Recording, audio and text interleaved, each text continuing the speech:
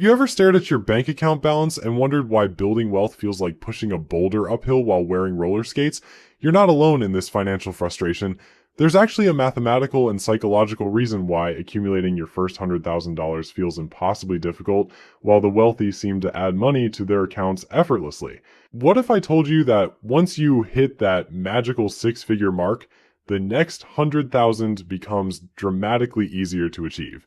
It sounds too good to be true, but stick around because I'm about to reveal why this phenomenon happens and, more importantly, how you can use this knowledge to accelerate your own wealth building journey. And today we're diving deep into one of the most counterintuitive aspects of personal finance. By the end of this video, you'll understand exactly why your current financial struggles are temporary and how the game completely changes once you reach certain milestones. Here's what we're going to cover. First, I'll break down the brutal mathematics that make early wealth accumulation so challenging. Then, we'll explore the psychological barriers that keep most people stuck in financial quicksand. Finally, I'll share practical strategies you can implement immediately to fast-track your way to that first $100,000. But before we jump in, let me paint you a picture that might sound familiar. You've probably heard successful investors and entrepreneurs say things like, the first 100,000 is the hardest, or once you have money, making more money becomes easy. These aren't just feel-good platitudes from people trying to sound wise on social media. Right? There's genuine science behind these statements. Think about it this way. If wealth accumulation were a video game, the first $100,000 would be like playing on expert mode with a broken controller, while the next 100,000 would be like switching to easy mode with cheat codes enabled. The rules of the game literally change as your financial position improves. Now, you might be thinking, Nick, that's great and all, but I'm still struggling to save my first $1,000, let alone 100,000. I hear you, and that's exactly why understanding this concept is so crucial. Once you grasp why the system works this way, you can start making strategic decisions that work with the mathematics of wealth building rather than against it. Let's start with the most obvious challenge. When you're starting from zero, every dollar you save comes directly from your own pocket. There's no magical money fairy contributing to your account while you sleep.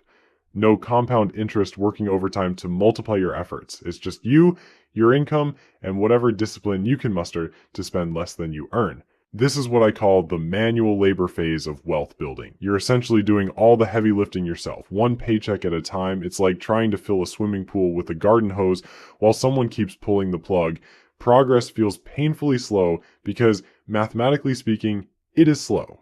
Consider this scenario. Let's say you manage to save $5,000 and invest it in something that returns 10% annually. After 1 year, you've earned a whopping $500. Don't get me wrong, $500 is nice, but it's hardly life-changing money. You could probably earn that much by working a few extra shifts at your job or selling some old furniture on Facebook Marketplace. When your returns are measured in hundreds rather than thousands, it's easy to think that investing isn't worth the effort. This is where many people make the critical mistake of giving up too early. They see these small returns and conclude that building wealth through investing is a waste of time. It's like judging the power of a rocket by watching it slowly roll down the launch pad before ignition. But here's where the story gets interesting. Fast forward to when that same person has accumulated $100,000. Now, that same 10% annual return generates $10,000. Suddenly, your investments are producing more money than many people earn at their full-time jobs. The mathematics have shifted dramatically in your favor. This is when wealth building stops feeling like punishment and starts feeling like magic. Your money begins working harder than you do. While you're sleeping, eating, or binge watching your favorite series, your investments are out there making money for you. It's like having a tireless employee who never asks for a raise, never calls in sick, and works around the clock to increase your net worth. The psychological impact of this shift cannot be overstated. When you can see your investments generating meaningful amounts of money, everything changes. You become more motivated to save because the rewards are tangible and significant. You start looking for ways to optimize your financial strategy because the potential payoffs are substantial. This creates what I call the acceleration effect. The more money you have invested, the more motivated you become to invest it even more. It's a positive feedback loop that compounds both mathematically and psychologically. Success breeds more success, and the wealthy understand this principle better than anyone. But let's address the elephant in the room. If this is all so straightforward, why isn't everyone wealthy? Why do so many people struggle to accumulate even modest amounts of savings? The answer lies in understanding the barriers that prevent most people from reaching that critical first milestone. The biggest obstacle isn't lack of knowledge or even lack of income, though those certainly play a role. The real culprit is something far more insidious: the psychology of delayed gratification in a culture that celebrates instant everything. We live in a world where you can get almost anything delivered to your door within hours, where entertainment is available on demand, and where social media provides instant validation for our thoughts and opinions. In this environment, the idea of sacrificing today's pleasures for tomorrow's financial security feels almost absurd. Why would you skip that expensive dinner when you can just put it on a credit card? Why would you drive an older, reliable car when you can finance something shiny and new? Why would you live in a modest apartment when you can stretch your budget for something more impressive? These seemingly small decisions compound over time, creating what I call the lifestyle trap. Each individual choice might seem insignificant, but collectively they create a pattern of spending that makes wealth accumulation nearly impossible. It's like trying to fill that swimming pool while someone keeps making the holes in the bottom bigger. The tragedy is that most people don't realize they're trapped until it's almost too late. They wake up at 40 or 50 years old, realize they have virtually nothing saved for retirement, and panic. Suddenly, they're trying to compress decades of wealth building into the few working years they have left. It's financial triage at its most desperate. This is where understanding the mathematics of wealth building becomes crucial. When you realize that your financial decisions in your 20s and 30s have exponentially more impact than the same decisions in your 40s and 50s, you start making different choices. Time becomes your most valuable asset, and you begin treating it with the respect it deserves. The good news is that it's never too late to change course, but the earlier you start, the easier the journey becomes. This brings us to the practical question: how do you actually bridge the gap between where you are now and that first $100,000? The answer isn't as complicated as the financial industry wants you to believe, but it does require a fundamental shift in how you think about money. Most people approach wealth building like they're trying to lose weight by doing 1,000 crunches once a year instead of taking a daily walk. They look for the magic bullet, the perfect investment, the secret strategy that will transform their finances overnight. But here's the uncomfortable truth: there is no shortcut. The path to that first $100,000 is paved with boring, unsexy decisions that compound over time. It's about consistently choosing the less exciting option day after day, month after month, until those small sacrifices snowball into something significant. Let me give you a reality check that might sting a little. If you're currently living paycheck to paycheck, complaining about how impossible it is to save money while simultaneously having subscriptions to 17 different streaming services, eating takeout 4 times a week, and financing a car that costs more than some people's annual salary, then you're not really trying to build wealth. You're just hoping wealth will accidentally happen to you. That's like saying you want to run a marathon while refusing to exercise. It's magical thinking, and magical thinking doesn't pay the bills or fund your retirement. The first step is brutally honest self-assessment. Track every penny you spend for 1 month. Not just the big stuff, but everything. That morning coffee, the impulse purchases at the grocery store, the random apps you download and forget about, the convenience fees you pay because you can't be bothered to plan ahead. Most people are shocked when they see where their money actually goes versus where they think it goes. I had a friend who swore up and down that he couldn't afford to invest because he barely made ends meet. Then he tracked his spending and discovered he was spending over $300 a month on food delivery alone. $300. That's $3,600 a year that could have been invested instead of converted into late night regret and empty containers. Once you know where your money's going, you can start making strategic cuts. Notice I said strategic, not arbitrary. Cutting everything and living like a monk isn't sustainable for most people. You'll burn out, rebel against your own budget, and end up in a worse position than when you started. It's the financial equivalent of crash dieting. Instead, identify the spending that brings you genuine joy, and the spending that's just mindless habit. Keep the joy, eliminate the habit. Maybe you love going to concerts and that's worth every penny to you. Great, keep doing that. But maybe you're also paying for a gym membership you haven't used in 6 months and buying lunch every day because you can't be bothered to meal prep. Those are easy targets. The goal isn't to live like a pauper, it's to be intentional with your money. Every dollar should have a purpose, whether that purpose is immediate enjoyment, future security, or something in between. When you start thinking about money as a finite resource that should be allocated strategically rather than spent randomly, everything changes. But cutting expenses is only half the equation. The other half is increasing your income, and this is where most people get stuck in scarcity thinking. They assume their current job is their only source of income, and that their current salary is set in stone. This might have been true 50 years ago, but we live in the most opportunity-rich environment in human history. You literally have access to a global marketplace through the device you're probably watching this video on. You can start a business, freelance your skills, create content, buy and sell products, or offer services to people anywhere in the world. The barriers to entry for generating additional income have never been lower. Now, I'm not saying it's easy. Building a side income takes time, effort, and persistence. But it's absolutely possible if you're willing to exchange short-term comfort for long-term financial freedom. The question is whether you're more committed to your Netflix schedule or your financial future. Here's something most financial advisors won't tell you because it doesn't involve them selling you products. The fastest way to your first $100,000 isn't through complex investment strategies or exotic financial instruments. It's through maximizing the gap between what you earn and what you spend, then investing that difference in boring, reliable assets. I know, boring doesn't sell courses or get clicks on social media. Everyone wants to hear about the cryptocurrency that's going to make them rich or the stock pick that will double their money. But the math is ruthlessly simple. If you can save and invest $2,000 per month in assets that return 8% annually, you'll have your first $100,000 in less than 4 years. The challenge isn't the math, it's the discipline. $2,000 a month sounds like a lot when you're used to spending everything you earn, but break it down. That's about $67 a day. For many people, that's less than they spend on coffee, lunch, and random impulse purchases. It's not about earning more money, it's about keeping more of the money you already earn.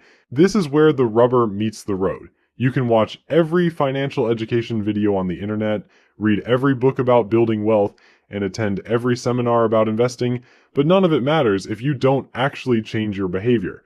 Knowledge without action is just expensive entertainment. The people who successfully build wealth aren't necessarily the smartest or the highest earners. They're the ones who consistently make the boring rational choice when everyone around them is making the exciting irrational choice. They're the ones who drive reliable used cars while their friends lease luxury vehicles. They're the ones who live in modest homes while their peers stretch their budgets for impressive addresses. This isn't about living a joyless existence or never having fun.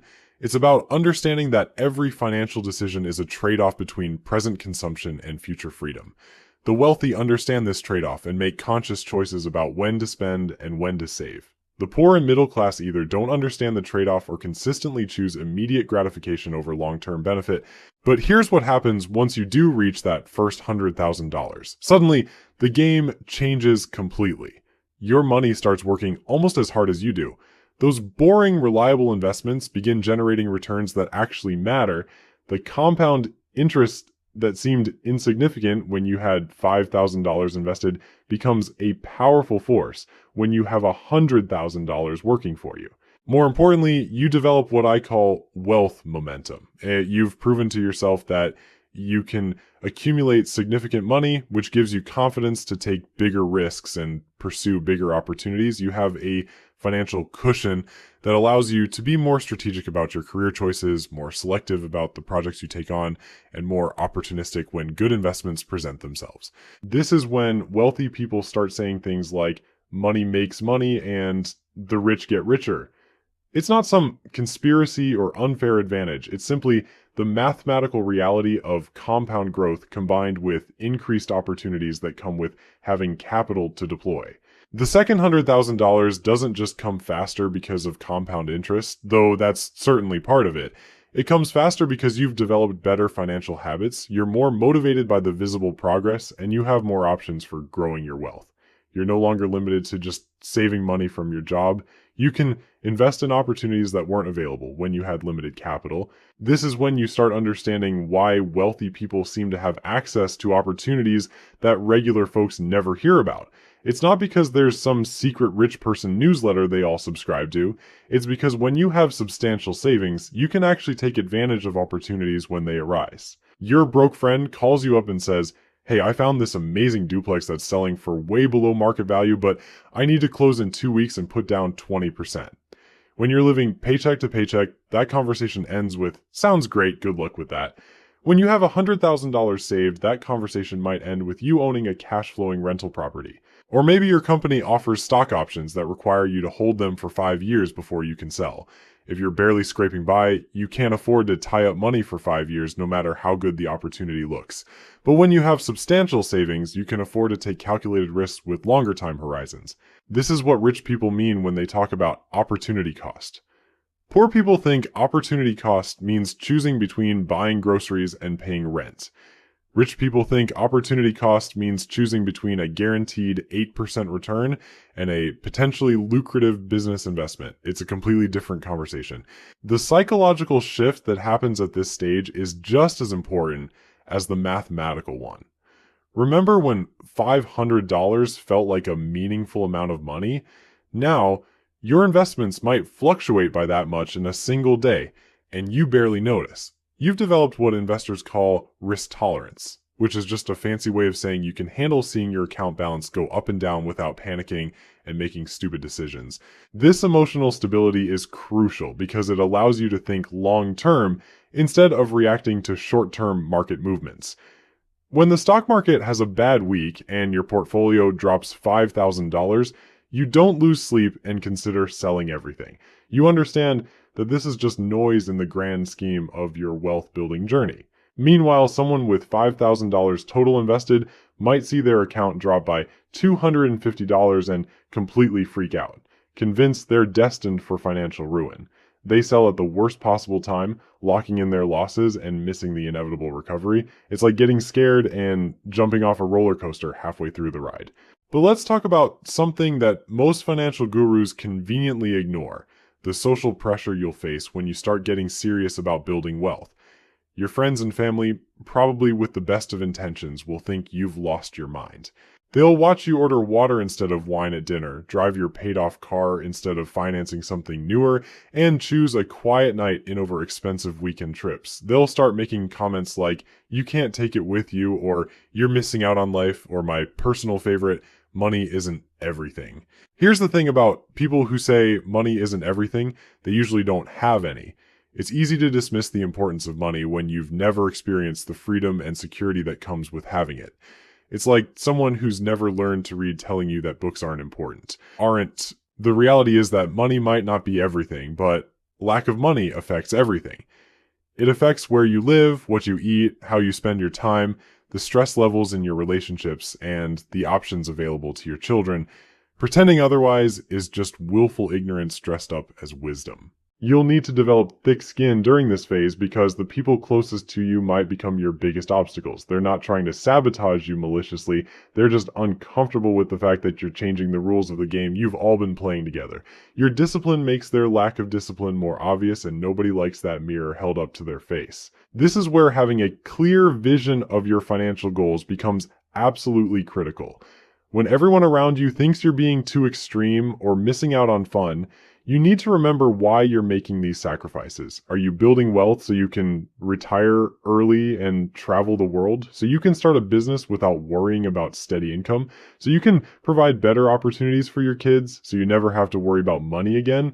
Whatever your reason, it needs to be compelling enough to sustain you through the inevitable moments of doubt and social pressure. Because trust me, those moments will come.